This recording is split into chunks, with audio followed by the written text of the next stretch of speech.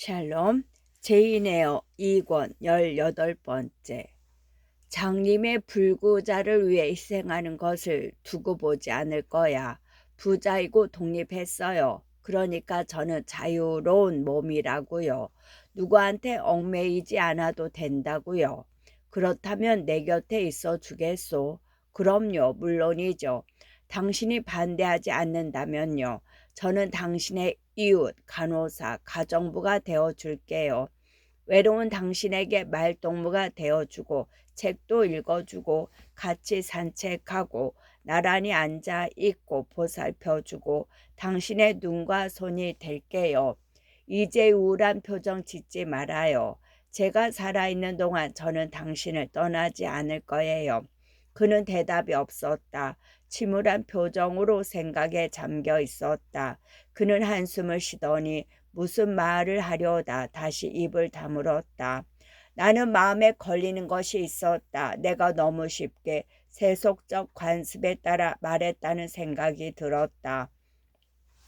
그는 세인트 존처럼 조심성 없는 나를 불쾌하게 여겼으리라. 사실 그가 나를 아내로 맞아들이기를 바라고 또 그렇게 말할 거라고 생각했다. 그래서 그런 제의를 했던 것이다. 그가 말하지는 않았지만 나를 자기 것으로 만들겠다고 말하리라는 기대에 내 마음은 한껏 들떴던 것이다.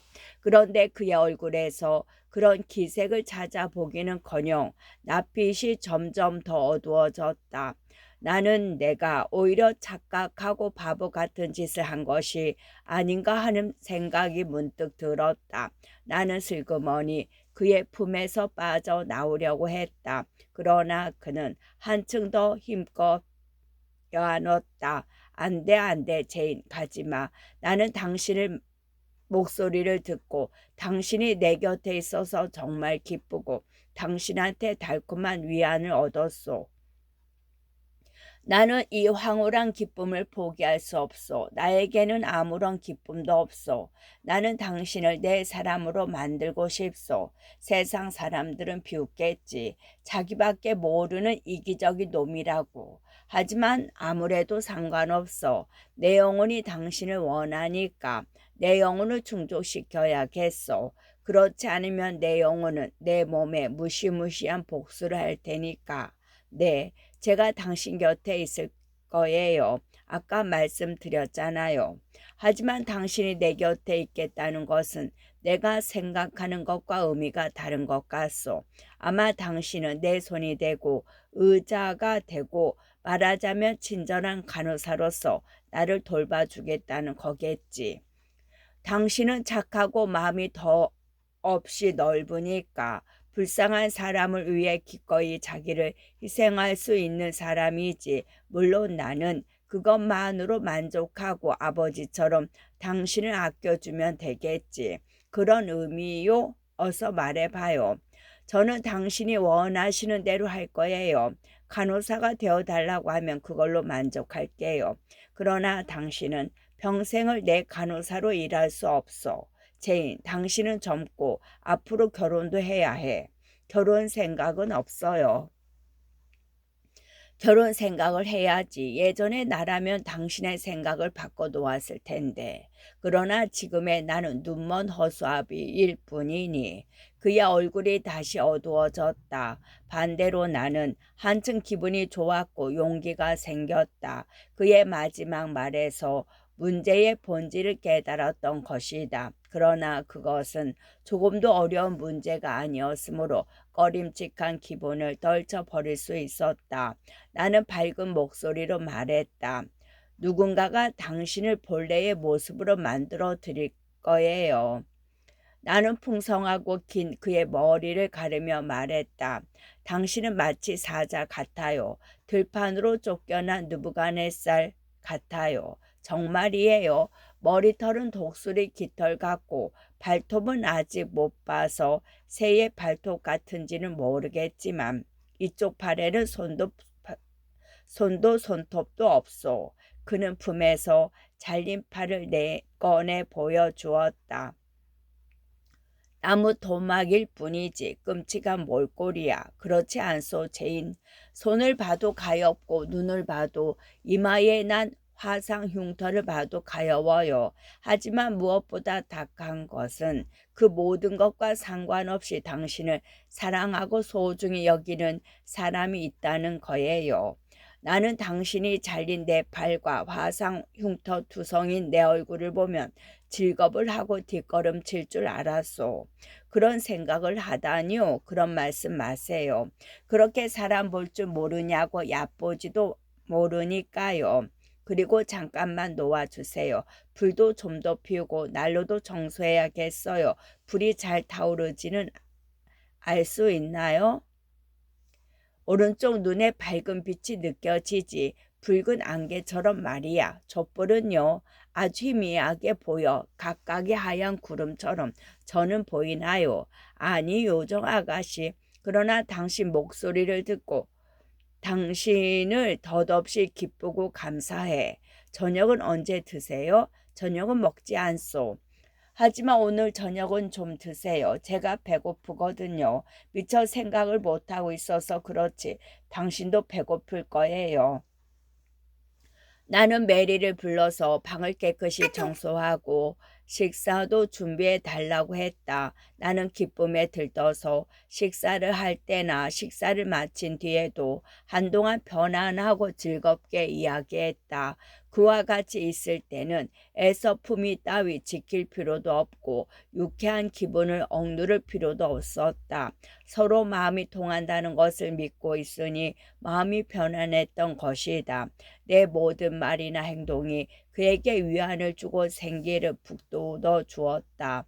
얼마 만에 느끼는 기쁨이란 말인가. 그 기쁨이 내 온몸에 생기와 밝은 빛을 불어넣었다. 그는 내 존재의 이유였고 나는 그의 존재의 이유였다.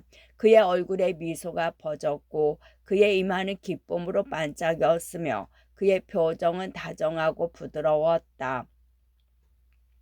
저녁 식사가 끝나자 그는 내가 지금까지 어디서 어떻게 지냈고 또 어떻게 자기를 찾게 됐느냐는 등 그동안 있었던 일들을 물었다. 그러나 나는 간단하게 대답했다. 긴 이야기를 하기에는 밤이 늦었다. 뿐만 아니라 그의 마음에 파문을 일으키고 싶지 않았고 그의 가슴 속에 새로운 감정이 샘솟게 하고 싶지 않았다. 지금 내가 할 일은 오직 그의 기운을 북돋워 주는 것이었다. 지금까지 말했듯이 그는 기운을 잘 이기는 했으나 일시적인 흥분으로 그런 것일 뿐이었다. 어쩌다가 이야기가 끊어지면 금세 안절부절 못하며 내 손을 잡고 나를 불렀다. 제인, 확실히 당신 맞소? 틀림없이 당신이요? 그래요, 노체스터님. 그건 그렇고 이렇게 어둡고 음산한 저녁에 어떻게 나 혼자 있는 난로가에 나타난 거요. 내가 한유한테 물잔을 받으려고 손을 뻗었을 때 당신이 그걸 건네주었소. 존의 아내인 줄 알고 한마디 물었는데 당신 목소리가 들리는 거 아니겠소? 메리가 아니라 제가 쟁반을 들고 들어갔어요. 난 마치 마법에 걸린 것 같소. 지금 이렇게 당신과 같이 있다는 게 믿어지지 않아. 지난 몇 개월 동안 내가 얼마나 잠담하고 외롭고 절망적인 생활을 했는지 아무도 모를 거야. 아무것도 하지 않고 아무 기대도 없이 낮인지 밤인지도 모르고 난로불이 꺼지면 춥고 끼니를 잊으면 배고픔을 느끼지. 그러다 문득 미칠 듯이 당신이 보고 싶었지. 나는 다시 앞을 보고 싶은 마음으로 당신을 보고 싶은 마음이 더 간절했소. 당신이 다시 내 곁으로 돌아와 나를 사랑한다고 말하다니 감히 상상조차 할 수 없는 일이었소. 당신은 올 때처럼 어느 날 갑자기 떠나버리지 않을까. 내일 아침이 되면 당신이 사라질 것만 같아. 불안하고 혼란스러운 그의 마음을 누구들이고 안심시키는 데는 일상적이고 현실적인 대답이 더 효과적이라는 것을 나는 알고 있었다. 그래서 나는 손가락으로 그의 눈썹을 쓰다듬으면서 눈썹이 다 버렸으니 전처럼 굵고 검게 자랄 수 있도록 뭔가를 발라주겠다고 했다. 평소에 친절하게 대해주는 건 아무 소용없소. 인정 많은 요정 아가씨. 어차피 결정적인 순간에 나를 버릴 텐데 어디로 어떻게 사라졌는지도 모르게 그림자처럼 말이오. 결국 나는 당신을 찾을 수 없지. 작은 머리빗 있어요? 그건 왜? 덥수룩한 머리카락을 빗어드리려고요. 가까이서 보니 좀 무서워요. 당신은 저를 요정이라고 부르지만 당신은 브라우니 같아요. 무섭게 보여? 스코틀랜드 전설에 나오는 갈색 괴물로 한밤중에 나타나는 브라우니 같아요. 무섭게 보여? 그럼요. 예전에도 그랬지만 어디에서 지냈는지는 모르지만 그 독설은 여전하군. 저는 정말 좋은 분들하고 함께 있었어요. 당신보다 훨씬 훌륭한 분들과 함께 지냈죠. 당신은 한 번도 가져보지 못한 생각과 의견을 가진 정말 고상하고 교양 있는 분들이에요. 도대체 어떤 놈들이요? 그렇게 몸을 비틀면 머리카락이 뽑힐 거예요. 뭐 머리가 뽑힌 내가 옆에 있는 것이 꿈이 아니라 현실이라는 것을 깨닫게 되겠지만요. 어떤 사람들과 함께 지냈소, 제인. 오늘 밤에는 얘기하지 않을래요. 내일까지 기다리세요. 끝까지 얘기하지 않고 절반쯤 남겨놓는다는 것은 내일 아침 식탁에 제가 다시 나타난다는 증거예요. 그때는 물 한 잔만 가지고 오지 않을 거예요. 달걀 후라이와 구운 햄을 가져올게요. 사람을 갖고 노는 장난꾸러기. 분명 요정 사람이랑 바꿔치기 한 거야. 분명 요정이 사람이랑 바꿔치기 한 거야. 인간으로 자란 요정이지. 당신은 내가 지난 12달 동안 경험하지 못한 기분을 느끼게 해주는군. 사울이 다윗 다신 당신을 곁에 두었더라면 하프 없이도 악귀를 물리쳤을 거야. 이것 보세요. 이제야 깔끔하네요. 그럼 저는 가서 자야겠어요. 사흘 동안 마차를 타고 왔더니 너무 피곤해요. 안녕히 주무세요. 하나만 더 대답해줘, 제인. 당신이 살던 집에 여자만 있었소? 나는 웃으면서 뛰쳐나왔다. 계단을 올라가는 내내 웃음이 멈추지 않았다. 나는 생각했다. 좋아. 당분간 이렇게 골려주면서 우울한 기분을 떨치게 해야지. 다음날 아침 일찍 그가 이방저방 돌아다니며 수선 피우는 소리가 들렸다. 그때 메리가 아래층으로 내려가기 바쁘게 이렇게 물었다. 에어 양이요, 여기 있나? 어느 방에 있지? 습기 없는 방이어야 하는데 불편한 건 없는지 물어봐. 언제 아래층으로 내려오는지도 물어보고 아침 식사가 거의 준비되었을 때 나는 아래층으로 내려갔다. 나는 그가 알아차리지 못하도록 그의 방에 몰래 들어가 그를 쳐다보았다. 육체적인 결함 때문에 씩씩한 그의 정신이 무너지는 것을 보고 있으려니 가엾기 짝이 없었다. 그는 의자에 앉아 있었다. 조용히 뭔가를 기다리고 있었다. 하지만 편해 보이지는 않았다. 선 굵은 그의 얼굴에 슬픔이 짙게 배어 있었다. 그의 표정은 마치 불이 켜지기를 기다리는 등잔 같았다. 그러나 그 스스로는 환하게 불을 밝힐 수 없었다. 누군가가 해주지 않으면 안 되었다. 나는 쾌활하고 아무렇지도 않게 대하려고 했으나 한때 건강하던 남자의 무기력함이 가슴에 찢어지는 듯 아팠다. 그러나 나는 가능한 유쾌하게 이야기했다. 화창한 날씨예요. 비가 그치고 따뜻한 해가 나고 있어요. 조금 뒤에 산책 나가요. 내가 불을 밝히자 그의 얼굴이 환해졌다. 아, 정말 여기 있군. 귀여운 나의 종달새. 이리로 와요. 정말 가지 않았네. 1시간 전에 숲에서 당신 친구가 지저귀는 소리를 들었소. 그러나 솟아오르는 태양이 나에게 아무런 빛을 주지 않듯이 종달새의 지저김도 노래로 들리지 않았소. 나에게는 지상의 모든 아름다운 노래가 제인의 혀끝에서 나오는 거였소. 말을 할 수 있는 사람으로 태어난 게 다행이지. 내가 느끼는 햇빛은 제인이 있는 곳에 있소. 나에게 모든 것을 의지한다는 이 고백을 듣는 순간 내 눈에 눈물이 고였다. 하늘의 왕 독수리가 쇠 사슬에 묶여서 할 수 없이 참새에게 먹이를 갖다 달라고 애원하는 것과 같았다. 그러나 공연히 눈물만 흘리지는 않았다. 짭짤한 눈물을 얼른 닦아내고 아침 식사 준비를 서둘렀다. 오전에 우리는 거의 밖에서 시간을 보냈다. 나는 그를 이끌고 비에 젖고 울창한 숲을 벗어나 밝은 들판으로 나왔다. 들판이 얼마나 푸르게 빛나며 꽃과 산 울타리가 얼마나 싱싱하며 하늘이 얼마나 파란지 그에게 설명해 주었다. 나는 사람들 눈에 띄지 않는 아늑한 장소에서 그를 위한 휴식처를 찾았다.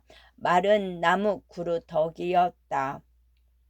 서로 파일럿도 우리와 함께 나왔다. 사방이 고요한 가운데 애정한 사람 나를 버리고 가다니. 오 제인, 당신이 손필들을 떠난 것을 알았을 때 백방으로 찾아봤지만 당신은 어디에도 없었고 당신 방을 살펴보니 돈이 될 만한 물건은커녕 한 푼도 없이 떠난 것을 알았을 때 내 마음이 어땠는지 알아?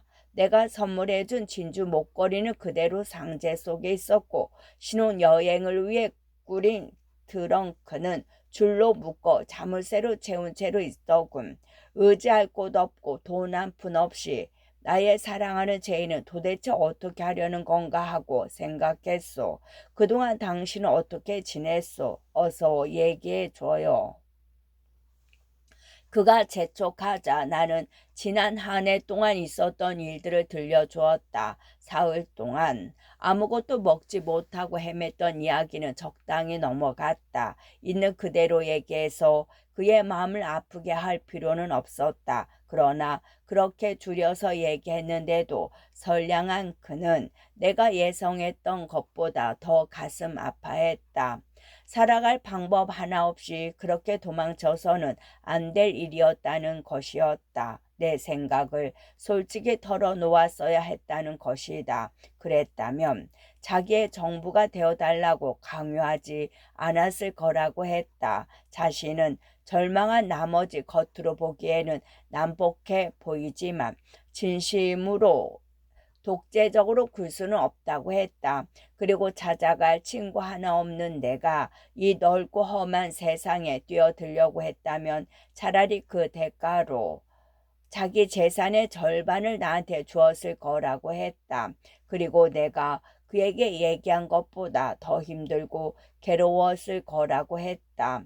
아니에요. 고생하기는 했지만 잠깐이었어요. 나는 어떻게 해서 무어하우스로 들어가게 되었고 또 어떤 연유로 학교 선생을 맡게 되었는지 그리고 많은 유산을 상속받고 친척을 찾게 된 경위도 차례로 이야기했다.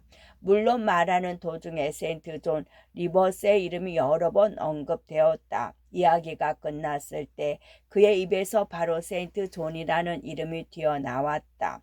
그럼 세인트 존이 당신의 사촌 오빠였단 말이요? 네. 그 남자 얘기를 자주 하던데 혹시 그를 좋아한 거 아니요? 정말 훌륭한 분이에요. 좋아할 수밖에 없었어요. 훌륭한 사람이라. 신사적이고 예의 바른 50대 남자라는 뜻이요? 아니면 뭐지? 세인트 존은 29살이에요. 프랑스 말로 젠 앙코르로군. 아주 젊다라는 뜻이로군.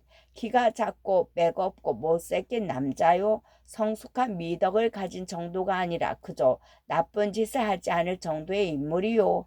그분은 지칠 줄 모르는 활동가예요. 위대하고 숭고한 사역이야말로 그분 인생의 최대 목표죠. 그렇지만 머리가 좀 둔한 편이겠지. 그럴듯하게 짓거리지만 듣다 보면 어이없는 그런 사람 아닌가. 좀처럼 말이 없어요.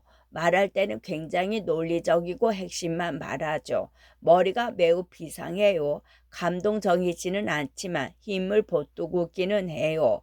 그럼 유능한 사람이로군. 네, 유능한 분이에요.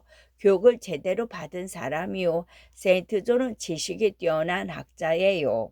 당신 말을 들어보면 그 사람 태도가 당신 취향은 아닌 것 같은데 까다로운 목사 느낌이 나.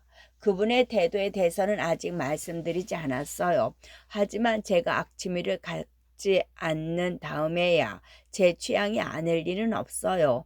고상하고 과묵하고 점잖은 신사예요.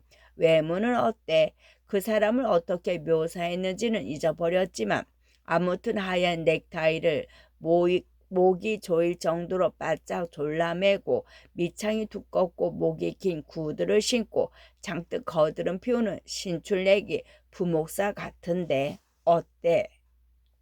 세인트 존의 옷차림은 근사해요. 잘생겼고요. 파란 눈에 키가 크고 피부도 하얗고 그리스인처럼 얼굴선이 미끈하고 균형미가 넘치는 미담이에요. 그가 혼잣말로 내뱉더니 나에게 물었다. 그러니까 당신은 그 사람을 좋아하는군, 제인. 네, 그래요, 노체스터님. 아까도 물어보셔서 대답했잖아요. 물론 나는 이 질문의 속뜻을 알고 있었다. 그는 질투하는 것이었다. 질투 수임에 사로잡힌 것이다. 그의 마음이 괴롭겠지만 오히려 그것이 나았다. 그의 가슴을 후벼 파는 우울이라는 동리에서 풀려나 마음을 편하게 가질 수 있기 때문이다. 그래서 나는 그의 질투심을 누그러뜨리고 싶지 않았다. 오히려 더욱 자극하고 싶었다. 왜요, 노체스터님? 당신은 너무나 대조적인 조상화를 묘사해 주었소. 당신은 아름다운 아폴로를 그려 놓았소. 당신의 머릿속에는 키가 크고 살갗이 희고 파란 눈을 가진 그리스인의 얼굴선을 가진 사람이 있소. 그러나 지금 당신이 실제로 보고 있는 것은 불카누스, 로마 신화에 나오는 불과 대장간의 신, 검은 얼굴에 어깨가 떡 벌어진 진짜 대장장이, 게다가 장님의 불구자. 그런 생각은 아직 해본 적 없는데 사실 좀 대장간의 신 같네요. 자, 이제 떠나도 좋아. 그러나 가기 전에 물어볼 것이 있어. 꼭 대답해 줬으면 해. 뭔데요, 노체스터님? 그러자 신문이 시작됐다. 세인트 존은 당신이 자기의 사촌 여동생이라는 걸 모르고 당신에게 모톤의 선생 자리를 맡긴 거요? 네, 자주 만났소. 종종 학교에 왔겠지. 매일요. 그 사람은 당신이 세운 다양한 계획을 통제했겠지. 당신은 재주가 뛰어나니까 좋은 계획이었겠지. 네, 동조했어요. 그는 당신한테서 생각지도 못했던 여러 가지 장점을 알게 됐겠지. 당신은 비범한 재능을 가졌으니까. 그건 잘 모르겠어요. 당신은 학교 옆에 작은 집이 딸려 있었다고 했지. 그 사람이 당신을 만나러 그 집에 온 적도 있어. 가끔요. 밤에 왔소. 한두 번은 밤이었어요. 당신은 사촌간이라는 걸 알고 난 뒤에 그 사람과 여동생들과 얼마나 오래 같이 살았어. 5달쯤요. 리버 씨는 많은 시간을 가족들과 보냈어. 네. 거실이 그의 서재지만 우리도 거기서 책을 읽고 공부했어요. 그분은 늘 창가에 앉았고 우리는 탁자에 앉곤 했지요. 그 사람은 공부를 많이 했어. 굉장히 많이 했어요.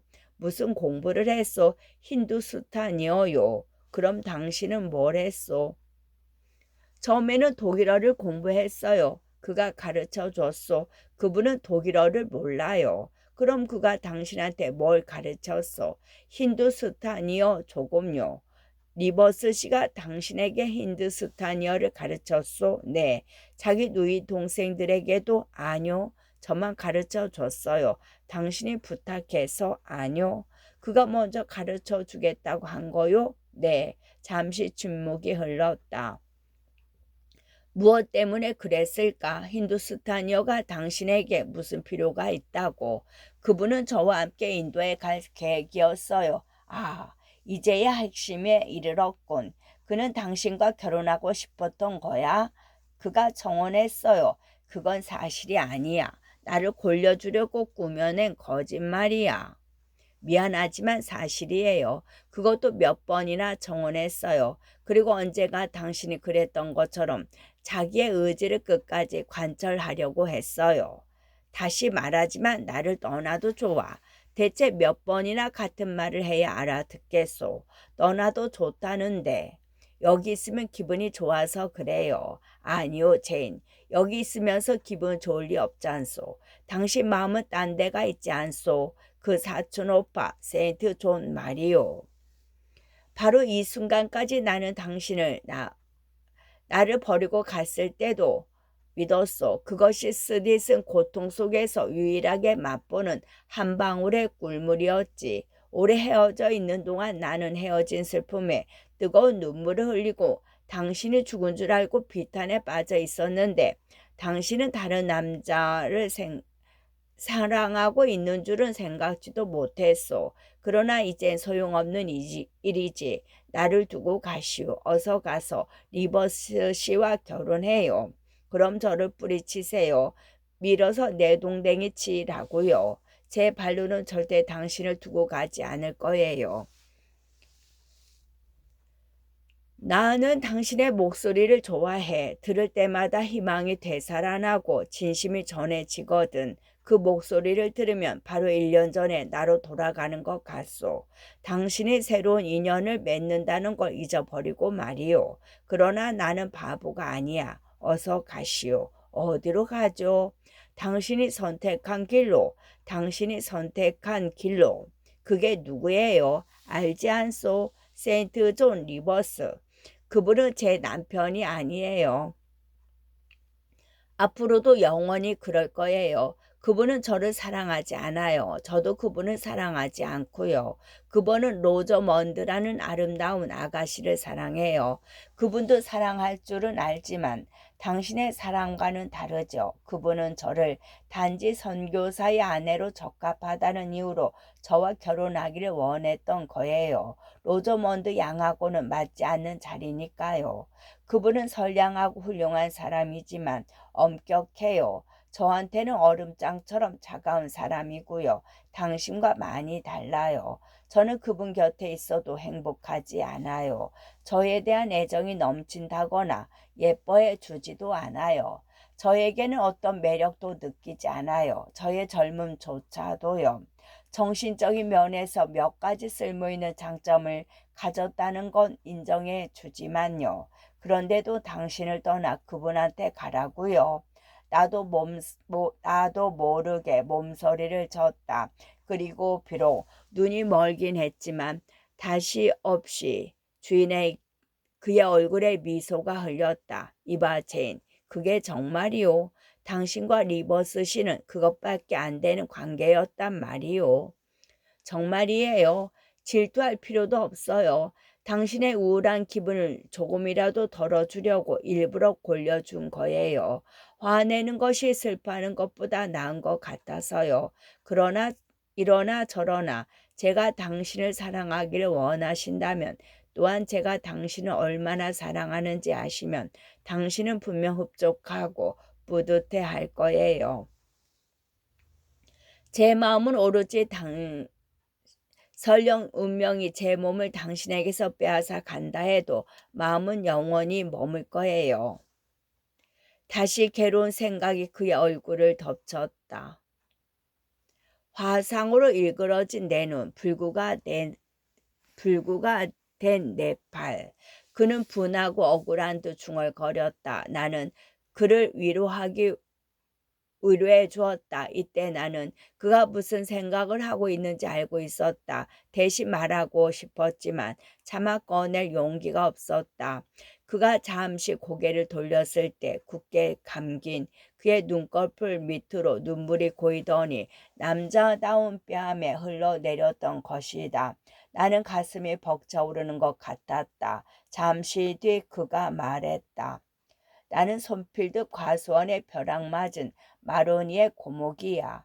그런 썩은 나무가 어떻게 이제 막 싹 트는 인동 덩굴에게 싱싱한 입으로 자기를 감싸달라고 할 수 있겠소. 당신은 고목이 아니에요. 벼락 맞은 나무도 아니고요. 당신은 젊어요. 당신이 명령하든 안 하든 간에 당신 뿌리 근처에서 갖가지 새싹이 돋아날 거예요. 새싹들은 당신의 드넓은 그늘을 좋아하기 때문이죠. 그것들은 당신을 의지하고 칭칭 감으면서 자라나겠죠. 주인님의 강인한 뿌리가 그것들에게 덧없이 안전한 기둥이 될 테니까요. 또다시 그가 미소를 지었다. 내 말이 위로가 된 것이다. 당신은 친구 얘기를 하는 거요? 그가 물었다. 네, 친구에 대해 얘기한 거예요. 나는 주저하면서 대답했다. 나는 친구 이상을 뜻하는 것이었지만 달리 표현할 말이 없었다. 그러자 그가 거들어 주었다. 나는 아내가 필요하오. 그런가요? 그렇소. 당신은 처음 듣는 얘기요. 물론이에요. 그런 말씀을 하신 적이 없어요. 반갑지 않은 얘기요. 상황에 따라서요. 당신의 선택에 달렸어요. 나 대신 선택해 주오. 당신 결정에 따르겠소. 그럼 다른 누구보다 아니, 나는 내가 가장 사랑하는 여자를 택할 거요. 제인, 나와 결혼해 주겠소. 네.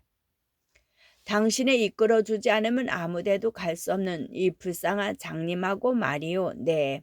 당신보다 20살이나 많고 게다가 당신이 평생 시중을 들어줘야 할 불구자하고 네. 정말이요. 그럼요. 정말이고 말고요. 아, 하느님의 축복과 은총이 당신에게 내리기를. 노체스터님, 가령 제가 오늘날까지 무슨 좋은 일을 한 적이 있다면 어떤 착한 생각을 가진 적이 있다면 그리고 진심으로 올바른 기도를 했다면 분에 넘치지 않은 소망을 품었다면 지금 저는 그 보상을 받고 있는 거예요. 당신의 아내가 되는 일은 저에게는 이 세상에서 가장 큰 행복이에요.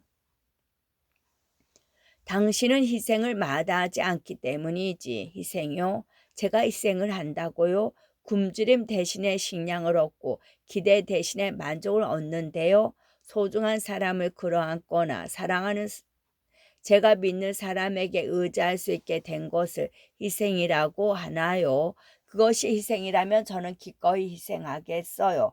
그리고 제인, 내 결함을 견뎌내고 내 장애를 아무렇지 않게 받아들여야 하오. 그런 건 대수롭지 않아요.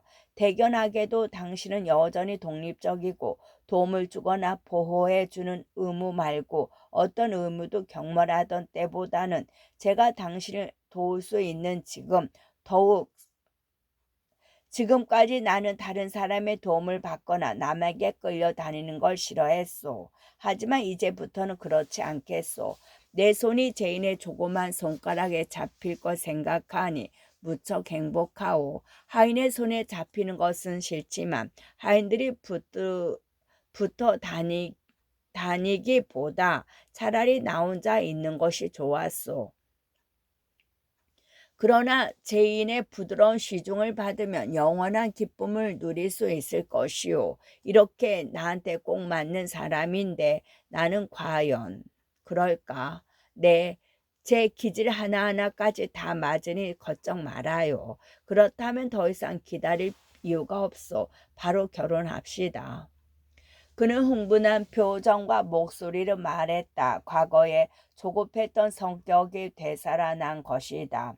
우리는 지체 없이 하나가 되어야 해. 결혼 허가만 받으면 돼. 그러면 결혼하는 거지. 노체스터님, 태양이 정오를 훨씬 넘어선 걸 이제야 알았네요.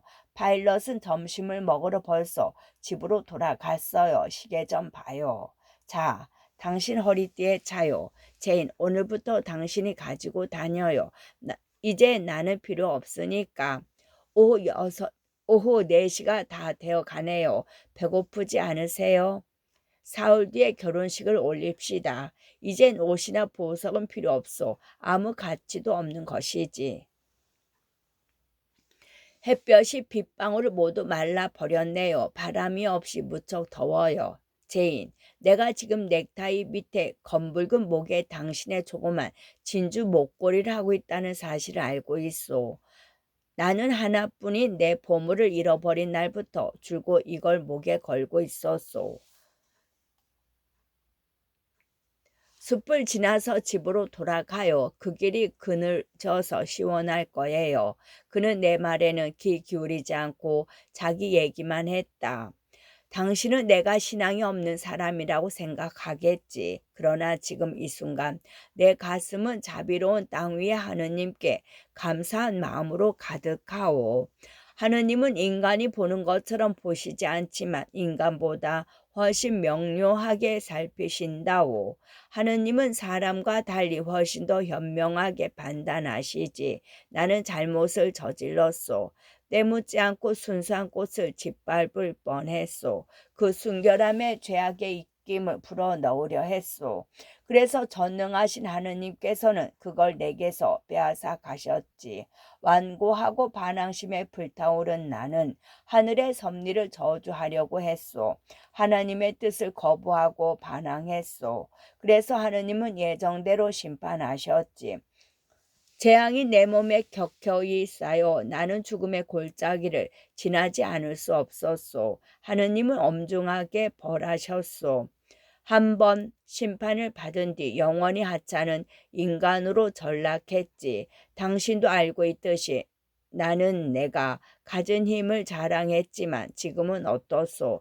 연약한 아이에게 도움의 손길이 필요하듯이 다른 사람의 부축을 받아야 하는 지금 말이요. 극히 최근에 나는 내 운명을 쥐고 흔드는 하느님의 손길을 느꼈소. 그래서 하느님을 인정하게 되었지. 처음으로 자책감을 느끼고 회개했고 하느님의 화해를 갈망했소. 나는 가끔 기도 올리지. 짧지만 아주 진지하게 며칠 전 아니 정확하게 나흘 전 지난 월요일 밤 나는 기묘한 기분에 휩싸였소. 미칠 듯한 마음이 우울로 변하고 우울함이 슬픔으로 이어졌지. 백방으로 수소문해도 당신을 찾을 수 없자 꽤 오래전부터 당신이 죽었다고 생각했소.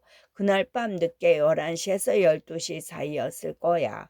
쓸쓸히 잠자리에 들기 전에 하느님께 간절히 기도를 올렸지. 하나님의 뜻에 어긋나지 않는다면 제발 하루속히 나를 이 세상에서 부르셔서 다시 죄인과 만날 수 있는 저 세상으로 보내달라고 말이요. 나는 내 방에서 창문을 열고 창가에 앉아 있었소. 상쾌한 밤 공기가 내 마음을 어루만져 주었지. 내 눈에는 별빛 하나 보이지 않았지만 다만 희뿌연 안개 같은 빛으로 미루어 달이 떠 있다고 짐작했지. 난 정말 당신이 그리웠소. 죄인, 내 영혼과 육체가 모두 당신을 그리워했소. 나는 슬프지만 공손한 마음으로 하느님께 물어봤소. 지금까지 버림받고 고통당하고 괴로운 것으로는 충분하지 않은지, 그리고 또다시 행복과 평안을 누릴 수는 없는지, 내가 겪은 모든 고통과 슬픔은 마땅히 받아야 할 것이라고 인정하지만 이제 더 이상 견딜 수 없을 것 같다고 호소했소. 그러자 내 마음속의 모든 소망이 죄인이라는 말로 내 입에서 튀어나왔소. 큰 소리로 부르셨어요. 그랬소. 누가 들었으면 내가 미쳤다고 생각했을 거요. 미친 듯이 목이 터져라 부르짖었소. 지난 월요일 밤 한밤중에 그랬다고요? 그렇소. 하지만 시간 같은 건 중요하지 않아. 그 다음에 이상한 일이 일어났단 말이오. 당신은 미신을 믿는다고 말하겠지. 예전부터 미신은 어느 정도 내 피 속에 흐르고 있었지만